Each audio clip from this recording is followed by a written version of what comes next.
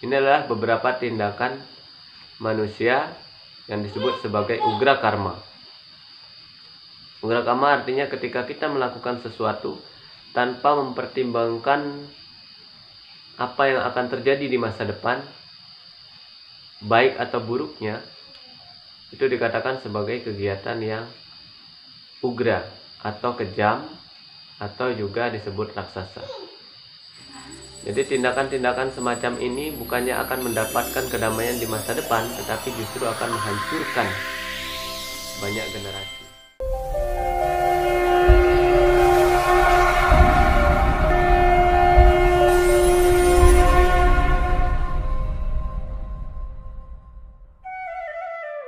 Om Swastiastu. Kesalahan kita yang pertama adalah ketika kita ingin apa yang menjadi keinginan kita ini terjadi. Bahkan dalam doa kita, dalam kegiatan kita bersembahyang, kita menginginkan apa yang menjadi buah pikiran kita ini terjadi dan dikabulkan oleh Tuhan. Namun kita harus mengerti bahwa dunia ini bukan diperuntukkan untuk kita selalu mendapatkan apa yang kita inginkan. Pasti ada reaksi-reaksi yang pernah kita lakukan yang harus kita terima. Inilah yang disebut sebagai hukum karma. Hukum karma ini berhak mengikat seseorang atas apa yang ia lakukan, dan buahnya diterima oleh mereka yang melakukan kegiatan.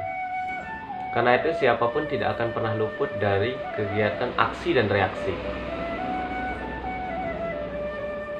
Seperti saat ini kita telah disibukkan dengan fenomena penyakit yang bernama corona atau yang sering disebut dengan COVID-19, yang sebenarnya juga adalah bagian dari karma kita sebagai manusia yang hidup di bumi ini, yang melalaikan aturan-aturan alam semesta. Mengapa saya katakan demikian? Pencemaran lingkungan dan pemanasan global adalah contoh konkret bagaimana tingkah laku manusia sudah melebihi batas, sehingga udara sudah tidak lagi bersih, yang merupakan sumber kehidupan manusia. Karena hal ini akhirnya manusia bukannya mendapatkan manfaat dari udara, tetapi justru mendapatkan penyakit. Sinar matahari tidak lagi mampu memberikan penyembuhan kepada manusia dan makhluk hidup yang lainnya, karena sudah tidak maksimal lagi diserap oleh tubuh manusia. Kalau dalam Weda dijelaskan bahwa banyak penyakit yang dapat disembuhkan, banyak penyakit yang dapat dihalau oleh sinar matahari. Tapi hal ini sudah tidak berjalan dengan baik. Karena itu bahwa kemudian banyak penyakit yang muncul secara otomatis akan mudah masuk ke dalam tubuh manusia atau makhluk hidup lainnya. Karena hampir tidak ada yang bisa membatasi penyebaran penyakit ini. Dan berbagai jenis penyakit ini memang sudah ada, tetapi dia tidak begitu berkembang karena medianya tidak tepat. Artinya apa? Ketika alam semesta atau bumi ini masih dalam keadaan yang sehat, masih bersih, lingkungannya masih baik, maka penyakit-penyakit atau yang disebut sebagai virus atau bakteri-bakteri ini tidak dapat berkembang dengan baik karena kalah. Tapi sekarang kan berbalik.